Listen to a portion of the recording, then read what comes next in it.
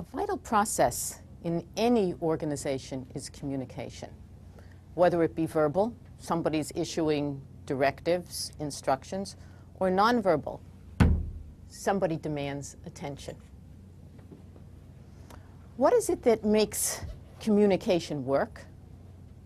And what is it that accounts for this common stock excuse of failure to communicate? These are the issues we're going to go through as we explore communication today. First, let's dissect it and take a look at the various components of communication. If we go to the computer and look at the communication process, what we see is it consists of really three components, and somehow it involves transmitting an idea that you have through some medium to an individual or a group of individuals who have to receive it and then make sense of it. So three things: the sender who encodes the idea, the channel, the way we transmit it, and the receiver who decodes it. But we'll see that in the process, if we take a look at the computer again, there's a lot of room for error in all of this. Where is it that error can occur?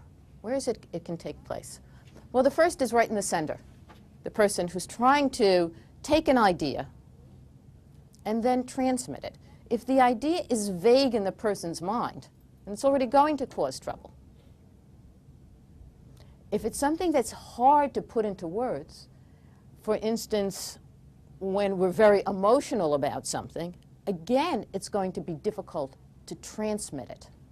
So the first place that we can run into problems is the person who has trouble encoding that idea, taking that idea and phrasing it in some way that somebody else can understand it.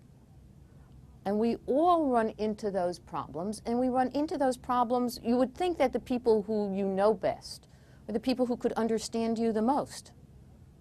And yet sometimes, in those very relationships, we have the worst of communication problems. In part because we're so wrapped up in our own ideas that we think everybody understands what we're talking about.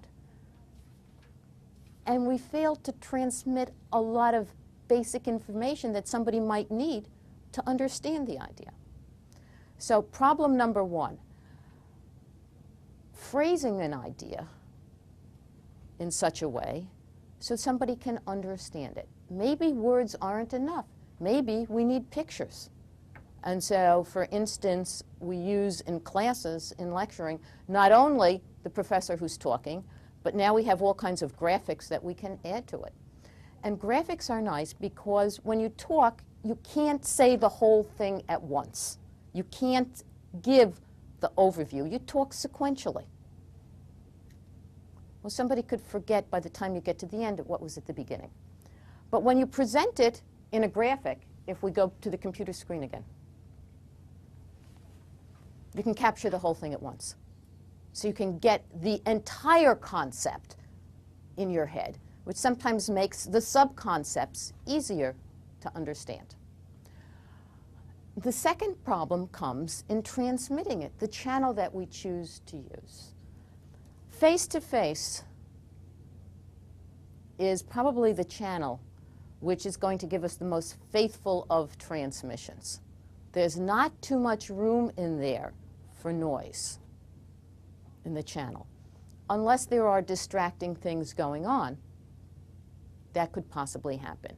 External noises going on could do it as a possibility. But there are lots of other channels that we use all the time to transmit information in which there's lots of room for noise. Telephone, bad connections, static on the line, some kind of interference where part of your message gets blipped out.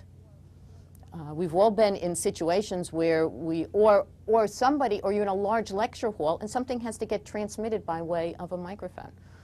And the microphone cuts in and out.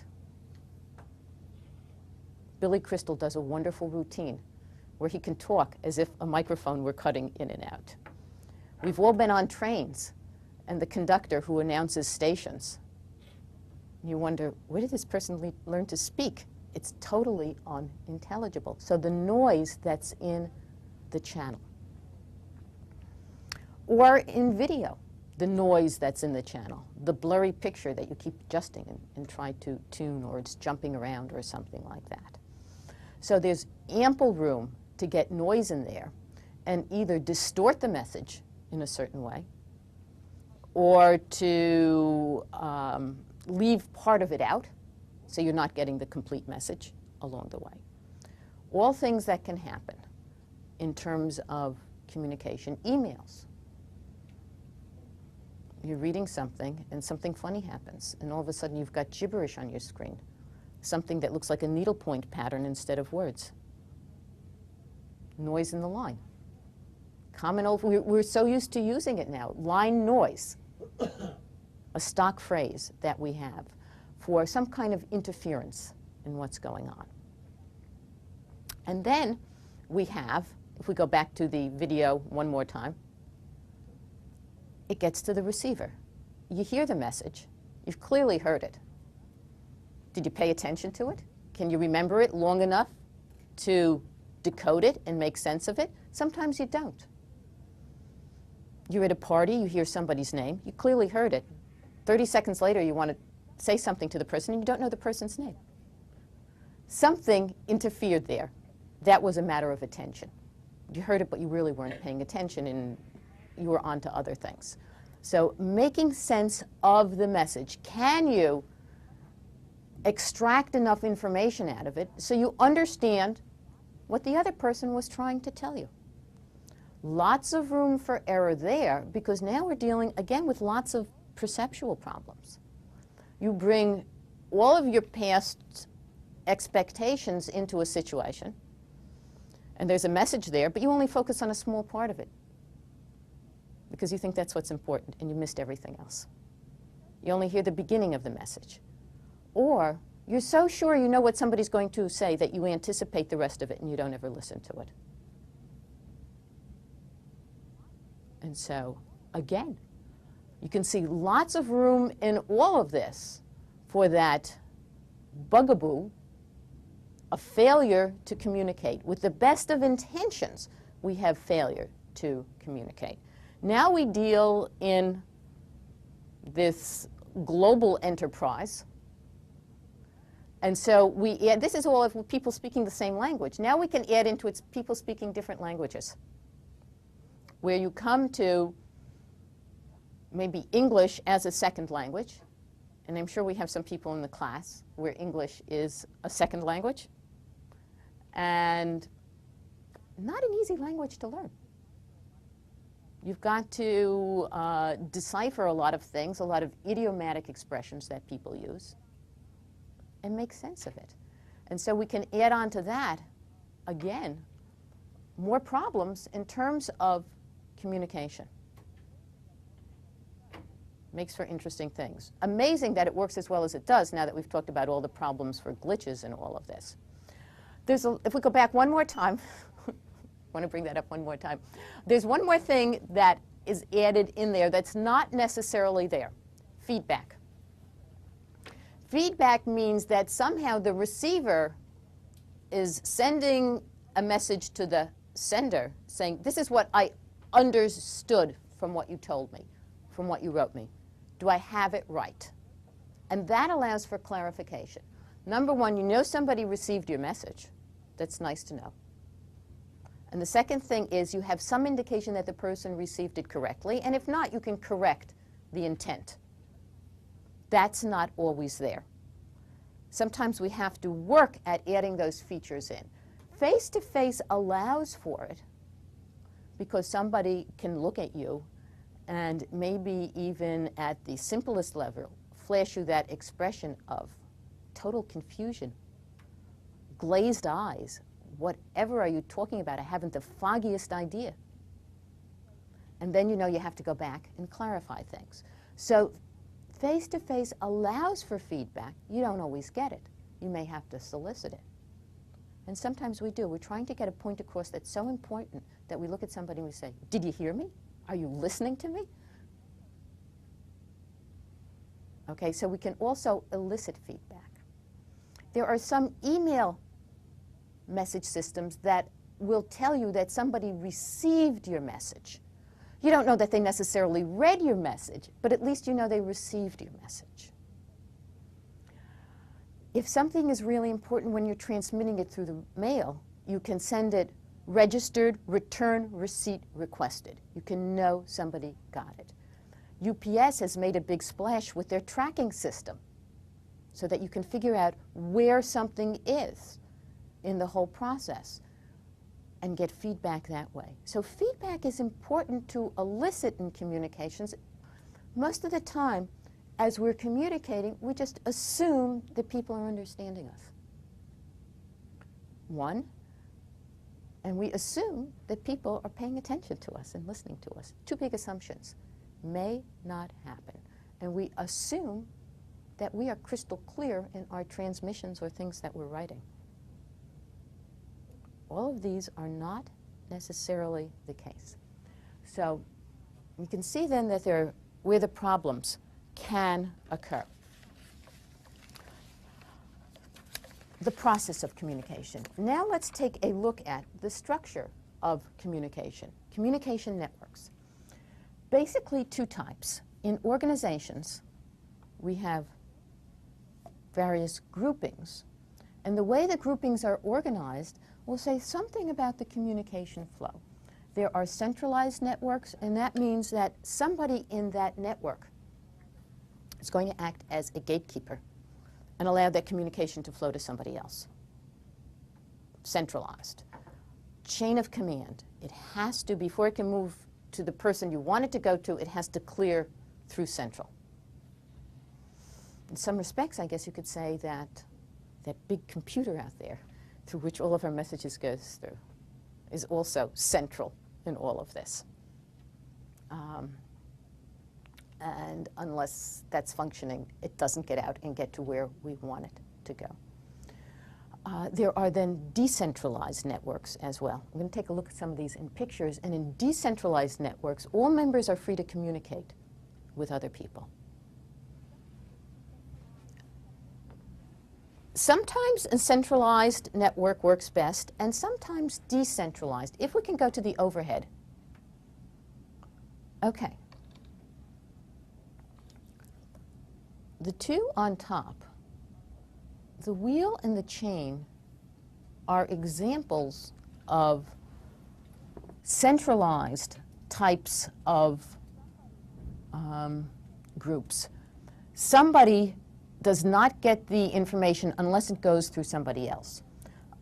Some kind of an assembly line or even a chain of command. We have this one. Okay? It doesn't move up the chain unless somebody chooses to transmit it. It means that all kinds of interesting things can happen to messages going up chains and down chains. But clearly, organizations are usually structured in a fashion where there is a chain of command. And the communication does have to move upward. The wheel could be a group member. Very often, you have the organization of the wheel. When you have people who are working in sales, for instance, and they're in disparate locations, people who are in sales are always out on the road. And the only person they're communicating with is a sales manager. If they need to get information to somebody else in the group, it's going to go through the sales manager. They don't have direct link-ups. They may not know where that salesperson is at the time.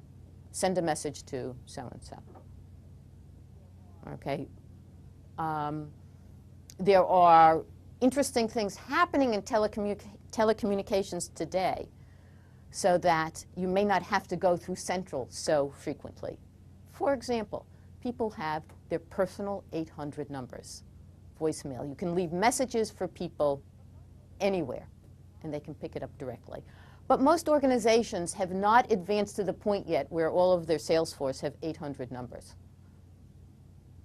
Lucky if they have cell phones, so they can be in communication out in the field. Cell phones have made an enormous difference in terms of communication. You don't see people queuing up at public telephones as much as they used to. So it would be that kind of situations, and things have to clear through. It turns out that the centralized network for communication works best for tasks which are fairly straightforward and simple. It works best because the person who's in the center can probably take care of it, whatever the task is that needs to be done, maybe some kind of coordination type of task, can get whatever resources or information needs to be transmitted to the person out in the field, and has enough information to do it. It turns out also that in centralized networks, the gatekeeper is the most satisfied person in the network. When you know everything, you have your hands in everything, your fingers in every pot. It's a satisfying position. When you're out in the periphery, you can be in the dark. The expression out of the loop can clearly represent this situation, where somebody's out there and in the periphery of the network and not getting the information you need, or not getting it in a timely fashion, so that by the time you get the information, maybe your competition has come in and closed a deal. Couldn't do it in time. Not good. Okay, what about the decentralized networks? We go back to the overhead. Okay. Two typical ones are either the circle, in which members are in communication with each other, but it has to go through somebody else. It gets passed around. Or an all channel. The all channel would represent, could be a top management team member, could be a R&D type of team, where people need to be in frequent communication with each other because sharing of information is vital to getting the task done. They've got to be able to share information with each other and move this around. In terms of a task force member, given the way we have access to communications today, you're not going to find too much in the way of circles out there. More likely to have all channels where people are all in communication with each other because we have so many channels available to us. But it turns out that for more complicated tasks, clearly the decentralized network works better. It works better because members are able to get the information that they need in a timely way to complete the task, so they're not without information. And you don't have to worry about that bottleneck gatekeeper in the middle who might get so busy that information isn't transmitted in a timely way, and the job can't get done. And in this case, members are clearly more satisfied than members are in a centralized type of unit. So different structures have interesting and different effects, and you want different structures depending on the task. Back to the communication network. The typical, if we can go to the computer, okay, communication direction. In this kind of structure, which is a very typical structure in any organization, communication is flowing all around. The flow typically from top to bottom is going to be in terms of directives and instructions going down. Usually those are going to flow down fairly clearly because they're going to come down in terms of probably written instructions, written directives, written memos. So you're not going to lose information there. It will be available. The information that goes sideways is going to be coordination attempts. Lots of room there for glitches in communication because people may be missing messages among each other. They weren't there to pick up messages in a timely way. The line was busy. Anything else that you can think of. And we'll see how telecommunications is helping overcome some of the areas for information to fall through the cracks. I'm going to come back to that when we deal with telecommunications. But as an example, the line is busy. Well, if you have call waiting, you get beeped on that, you can always get a message from somebody, or you can get a backup message. Somebody can leave a backup message. All of these things are available, and you don't have to deal with the problem of the busy line signal where somebody can't get through. And when you're trying to get through, the busy line signal happens to be one of the most annoying things that people deal with. One of the ways to overcome that is to deal with automated communication lines. Some people find that annoying too. Some people just don't want to deal with the menu in communications. I think that there may be age gaps in that, where people don't want to deal with it, and so hopefully it is built in, stay on the line, and somebody will come on and help you, particularly where you have older people calling in. But that helps deal with that annoying busy line signal. An example. From bottom to top, information has to get up, vital information. To the extent that information is left out, distorted in any way, when we start to deal with decision-making next week, so much poorer the decision. Does information get left out and distorted as it moves up the organization? You bet. Why would information be distorted and left out? Well, it's called a self-serving bias. There's another expression about the messenger of bad news who gets shot. Okay, and you're just the messenger. You're not even the creator of it. If you find that in an organization something is happening that you know is going to aggravate somebody above you, your inclination is, one, not to report it until you can cover up the mess, clean up the mess. And so you delay the report. And you make up excuses about why it can't be transmitted.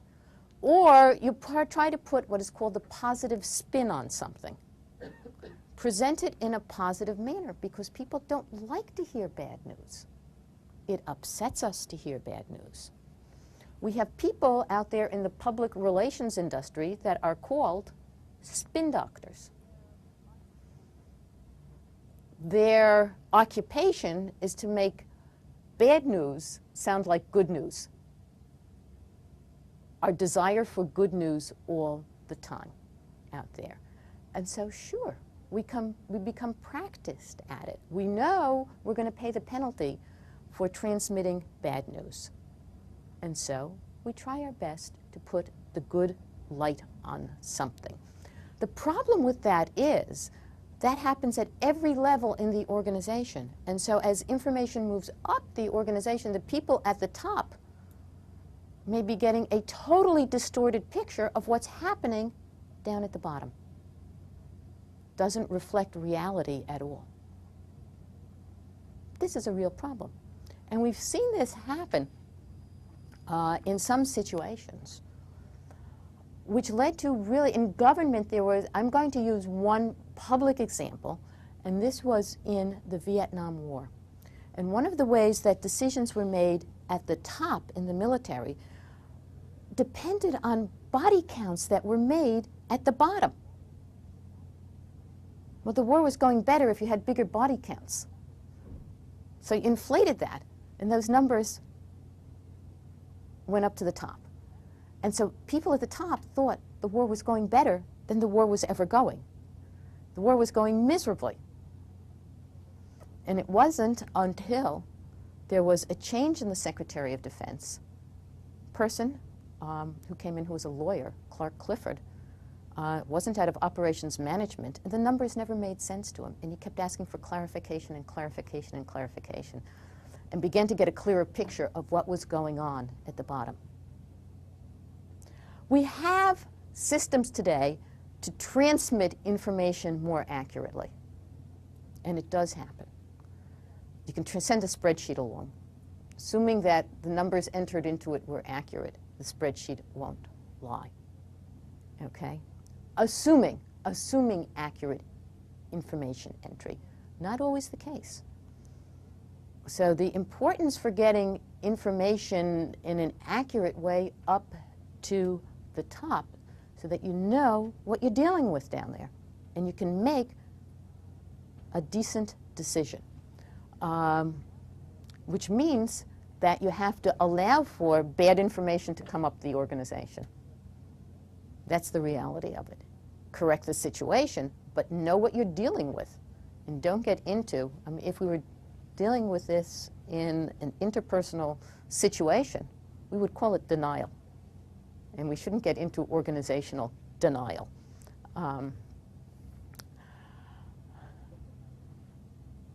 Okay, sometimes information does get distorted going down.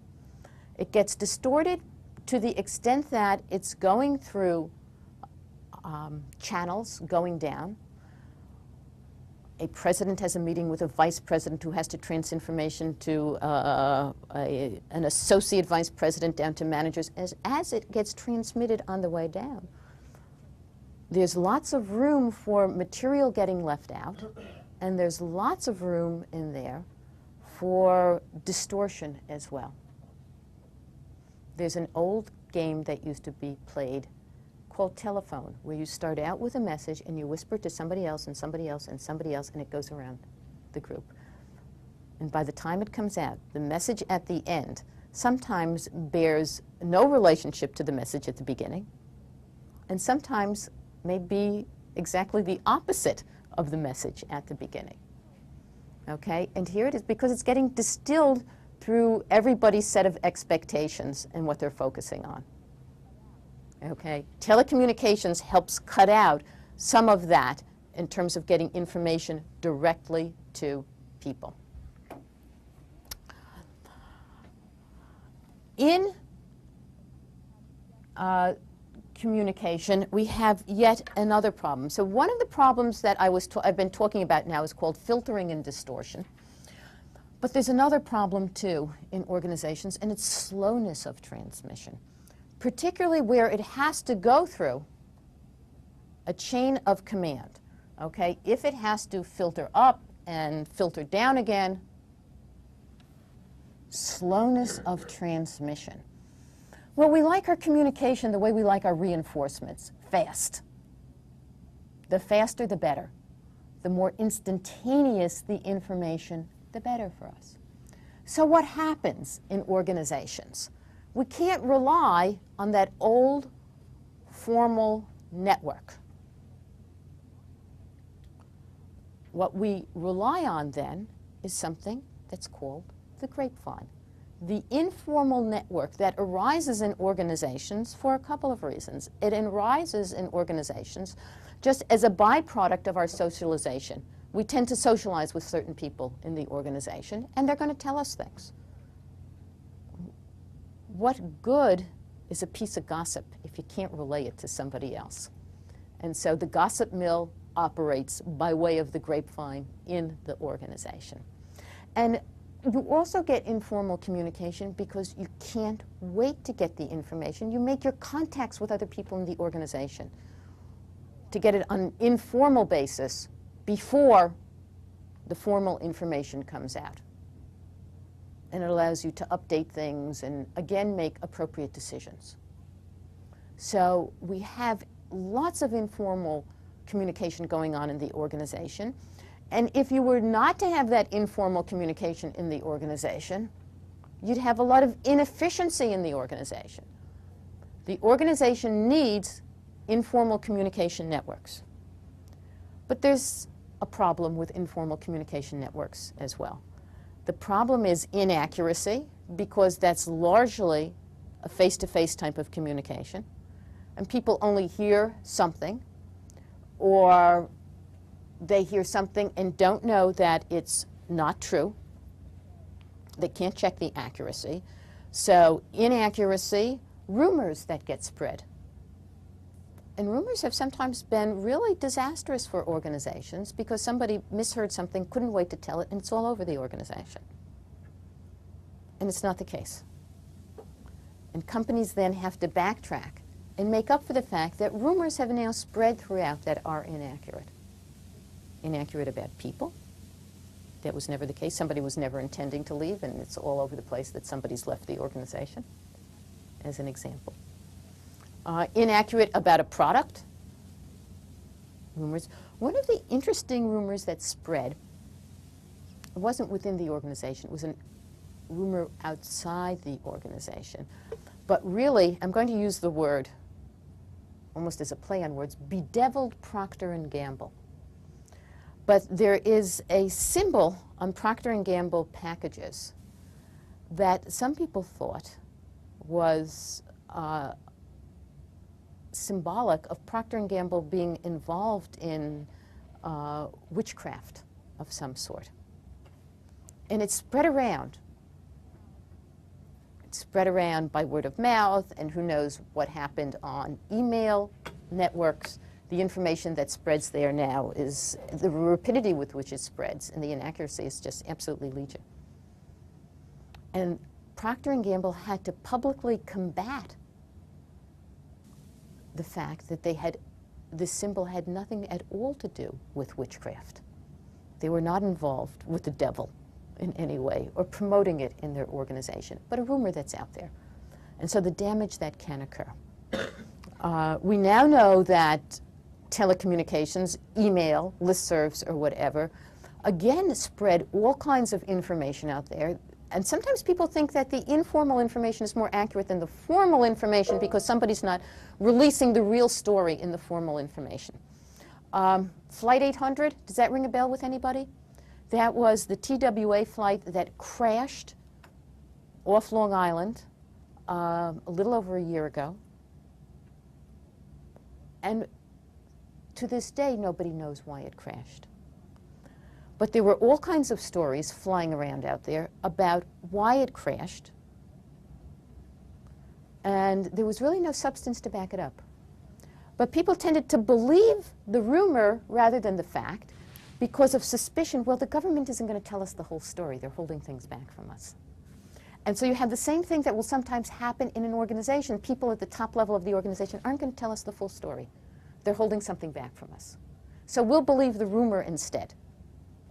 And so rumors can be detrimental. You have to know when they're happening in organizations.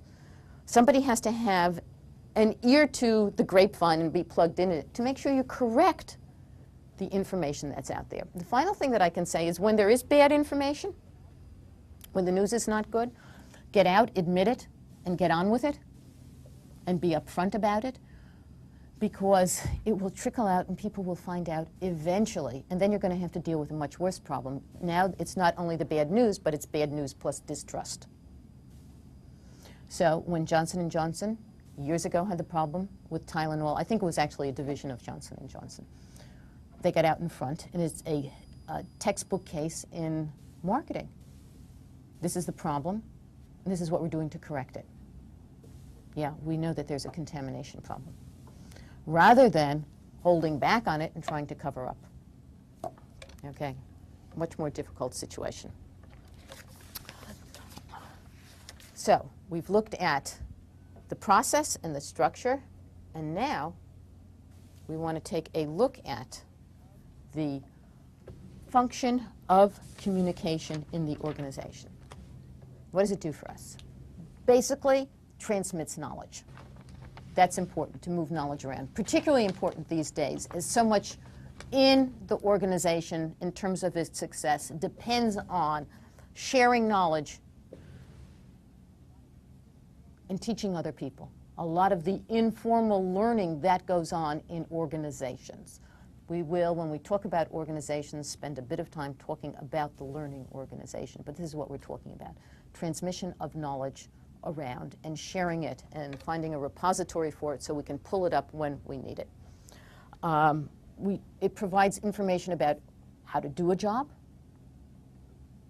It provides information about the goals of the organization, about status of projects, finances, etc. Things that often were kept for a central person. We now know it's more important to share with people out there so they understand where they are in relation to whatever goals need to be achieved. It allows for engaging of motivation. How do you motivate somebody without communicating with that person? Pretty difficult. I suppose you could put a gun to a person's head. That would motivate somebody. But that's not how we operate in the organization. And so we need to, as managers, use communication to understand what's important to people, again, to engage in goal setting, to give feedback to people as to where they are in relation to various goals, and also to understand what's important to them in terms of rewards and reinforcement and their perceptions of fairness in the organization. So a second aspect. A third aspect is control. We use communication to control. Sometimes we use the phrase, information is power. Those who have more knowledge about the situation have more capacity to control it than those who have less knowledge about the situation. You withhold information from somebody, and there's certain things they just can't do. To give you an idea of knowledge as power, in the government, there is this whole security classification about knowledge. Some knowledge is so important that it's top secret. Only a few people can know about it. If other people know about it, they could do things that would be damaging to us. And then various layers underneath that. The notion of knowledge as power. Within organizations, sometimes only a few people are allowed to know about certain things, because the notion that if you share it somehow, you're going to lose some kind of competitive advantage. And so you don't release information until a specific time when you're prepared to do it. Knowledge as power, controlling certain kinds of things. If people need information and you have it, you have a certain amount of power over that person. They need to come to you for information. So a way of control, and again, it's the massive feedback that we get helps us also control things within organizations. Sales reports, financial reports, customer satisfaction. All of this helps us control certain things within organizations. And then finally, expression. We use communication not to just express knowledge, but we use it to express emotions. Emotions are so hard to keep bottled up. They just demand for some kind of release. Think of yourself when you're really angry. You express it to yourself if you have nobody else to express it to. The anger just seems to need to be vented. So we need to communicate emotions as well as information.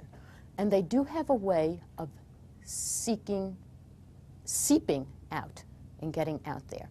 Sometimes we can't express them verbally. We can't express them verbally because the situation doesn't permit it, or we can't express them verbally because we're so emotional, words literally fail us. Or we're so surprised about something, we're dumbstruck. We have all these expressions that exist out there that capture the sense when we are overwhelmed emotionally. And yet, we find a way of expressing it. And how is it that we express it? Well, I'm going to come back to verbal, because I've been speaking about that so much. But I do want to speak now about nonverbal expression, because that captures so much of our emotion. We use nonverbal even when we're using verbal. We use nonverbal to add emphasis. Emphasis. Catch somebody's attention while we're engaging in verbal. So body language tells us something about it. Three basic ways of expressing things non-verbally include, and we talked about this before when we talked about perception, but now we need to come back and talk about it again in terms of communication. Facial expressions. Our faces are very expressive, and we don't usually work too hard at controlling them. we're not actors and actresses. We don't see ourselves as being on stage. And so even when we can't express something verbally, the emotion flashes across our face. We don't get a promotion. Well, it's not appropriate to break down and cry. Sometimes that does happen, but it's not seen as being businesslike. But we sure know how to express disappointment. We have what is called the crestfallen look. Our body posture expresses disappointment, and our voice, which is even more difficult to control, expresses disappointment. And so we communicate it even in a situation which doesn't socially allow for full expression of our feelings. Or we're in a performance evaluation interview and we're getting messages that we think just aren't fair about our performance. Not appropriate in a business situation to explode with violent temper. We don't accept that. That's unacceptable behavior. And yet we have flashes of anger on our face, which come across to people, and our voice takes on that controlled, cool, angry tone that we need to use, because if we were not to use that super control, we would erupt in screaming, which is one of the ways that we indicate our anger as well. The tone of voice communicates things. So facial expressions. When we're happy about something, we can't help but smile about it. Smiles are just so natural. And so we communicate things that way. So we communicate an awful lot with facial expressions. And we communicate also with body language. You communicate interest with body language. You can communicate power with body language. So much that we can communicate. You can communicate openness and trust with body language. You can be very reserved in the way you hold your body, or you can be very relaxed and open in the way you hold your body. What's interesting is, and we understand all of these things, we learn these things because of the culture that we live in. But remember, we're living in what is called the global village, the global economy. And so what we come to understand in nonverbal communication in our culture may not be true cross-culturally. And so you better know what the differences are when you go to another culture, so you don't use the wrong nonverbal expression and totally miscommunicate something. So nonverbal. We also use dress to communicate things. We use dress in terms of uniforms, which tell you something about an occupation, about power. That uniform, the policeman's uniform, tells you something about the policeman. Okay, a particular career, occupation that you need to give some deference to. And it commands that. Medical profession, a little bit less in terms of using uniforms. But uniforms command a certain distance and a certain respect. And you respond differently to the doctor who wears the white jacket. It's already a message, you know, like, I'm formal, I want to be known as doctor. To the person who's just dressed casually. And you can address more openly and somehow have a freer communication with that person. So dress says a lot about a situation. The formality, the informality, the status communicates all of that. And we use space and we use time to communicate non-verbally as well. We use time as a way of controlling people. We use time to make people wait for us. That's a way of controlling people. They have to sit out in the office. And we use space as a way of controlling people as well. The open door versus the closed door. And so the closed door, where you have to go through the secretarial gatekeeper, and you can't get in to see the person, communicates something entirely different. You better be formal, and you better be deferential, than the office that's open, where you can just poke your head and say, "Hi, can I come in?" Not so much deference used there. No status manipulations being used in that situation. The other is the use of space for a lot of status manipulations. And we will see in organizations, when we deal with that and status, the higher up one is in the organization, the more space somebody has around him or her. So if you want to go to see the very top person in the organization, how many gatekeepers do you have to clear through? How many inner offices do you have to clear through till you get to the final inner office? Lots. People who are not so high up in the organization have fewer gatekeepers till you get to the person who has no gatekeeper at all. So we use space. We use space to indicate status and power. Okay, and again, there are going to be cultural differences in all of this.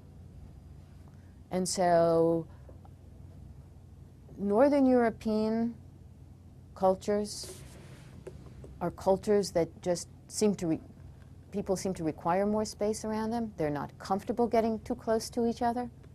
Deal with Southern European cultures, Latin American cultures, even some cultures, within the US. People can get a lot closer together. You need to know this sort of thing so you don't violate, again, people's cultural expectations, cultural differences that we have in all of this. So nonverbal communication plays a big role.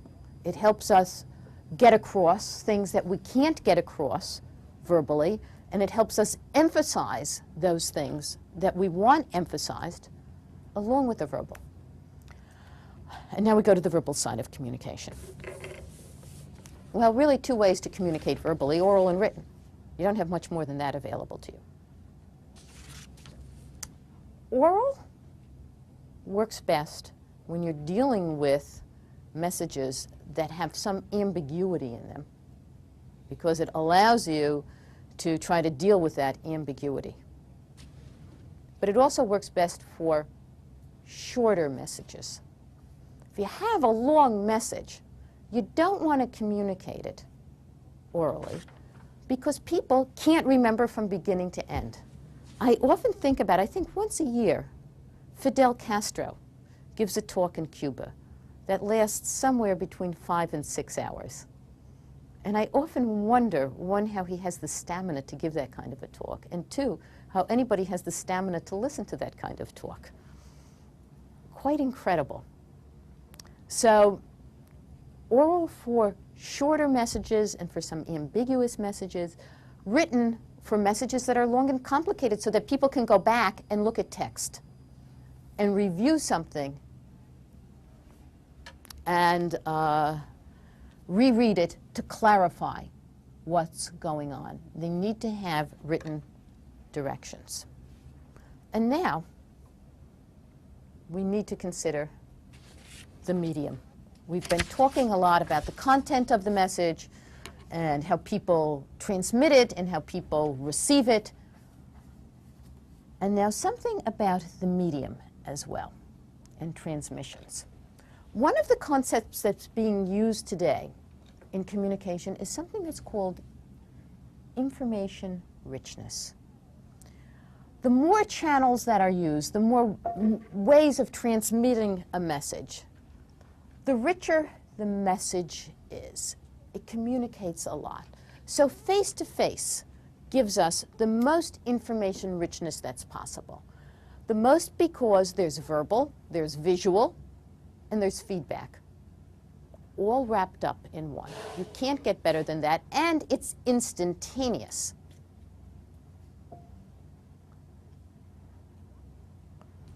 And you want to incorporate as much richness as you can in messages, but you don't always have that availability. At the other end of the spectrum is a formal written piece of information, a memo that goes out to everybody. Well, when you're in an organization, you get paper clutter, and memos come out all over the place. And you really probably should read them, but a lot of memos seem to be irrelevant and somebody just spinning information out there, and you don't want to spend time. And so often what you do in the information clutter is you wind up tossing a lot of stuff away. It's like your junk mail without even reading it. The problem with that is you might toss away something that's important in the whole process that you should have paid attention to. The same thing happens these days with email. And we rely on very little snippets of information to say whether we're going to want to read this or not. So you look at all your list of email messages and you look to say, well, do I know the person who sent it? That's one of the first things you look for. In that case, you'll probably read it.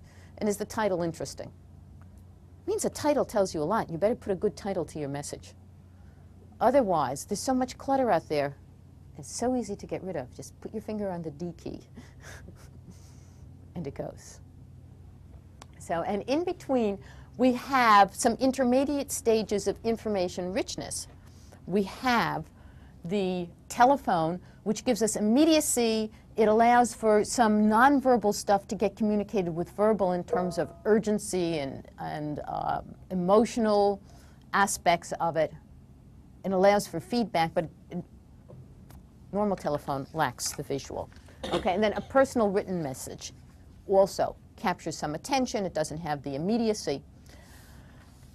With all of these things, then,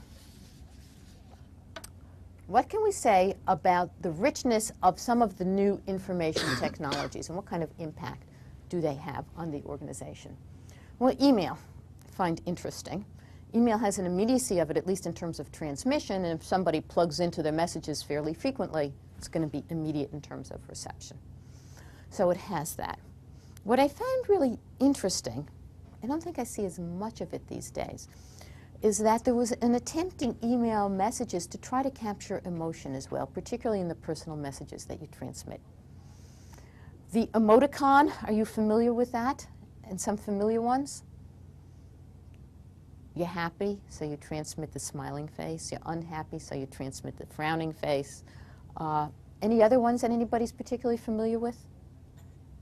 Is there a way of transmitting hugs or something? Did I see something like that? Okay, how? X and O's. S's? X and O's. X and O's, right. Hugs and kisses. Hugs and kisses, right. Okay, so the attempt to put into a medium that doesn't allow for emotion, some emotion into it on the personal communication stage. Okay, and the immediacy, remember we like our communication fast, allows for that in terms of email. Audio teleconferencing. Telephone messages are great, but sometimes you need to talk to a number of people at once, and we can now do that. We can teleconference to a number of people. The extent to which people are working from more and more remote locations, again, needing to share information with other people, they're working on projects together, means that there is more and more teleconferencing going on out there. And people teleconference once a week, maybe. With teleconferencing, everybody has to be in the same place at the same time.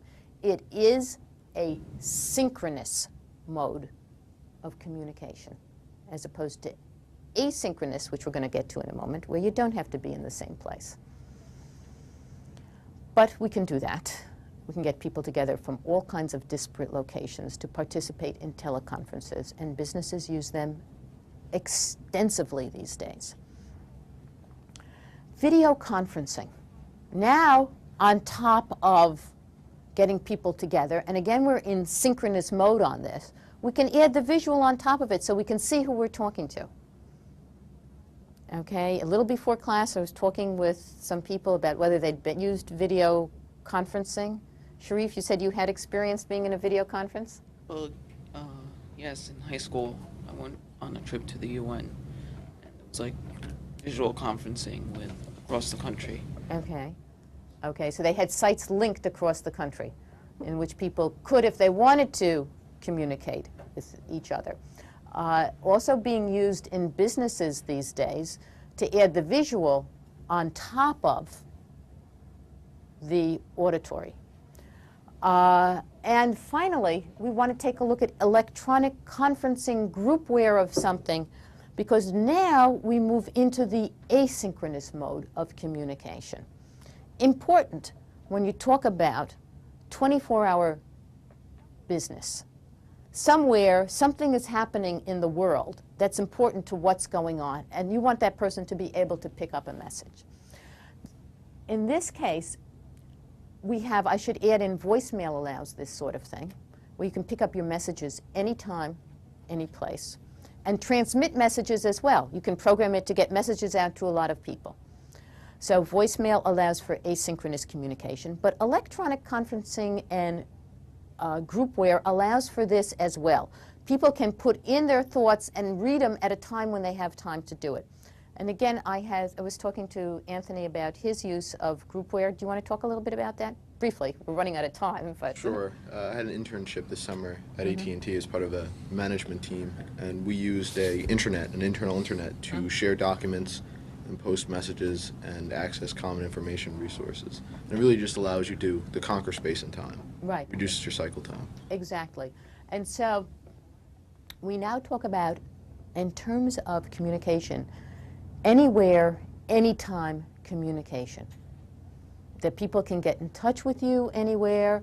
If you have the personal 800 number, people can leave messages for you any place in the world, and you can pick them up anytime. In airports, people pick things up, plug in their computers. All of this is very possible now. You walk through an airport and you see people logged in on their computers all over the place. It permits for this sort of thing. Companies are making businesses out of this thing where you can come in and use computers to get anywhere, anytime. So the asynchronous mode of communication is something that is absolutely expanding today. That leaves us very rapidly to take a look at how communication can be made more effective. Keep it simple. Be an active listener. Don't overload the channel, and obtain feedback. Things that sound easy to do, and often we overlook them and we don't do them. We talk in too complicated, vague fashion. We don't listen. We're tuned into our own ideas rather than other people. We communicate too much, and we always fail to get feedback and say, do you understand what's happening? So, in terms of summing up where we've been today and where we're going next time. We've looked at the process and the structure of communication. We've looked at communication networks. We've looked at formal communication and informal communication, how it can be helpful and how it can hurt. We've looked at verbal communication, and we've looked at nonverbal. And finally, telecommunications. Next time, we take all of this communication, information, and knowledge, and we see how decisions are made. And the very things that help us make good decisions are some of the things that help us make poor decisions. Next time.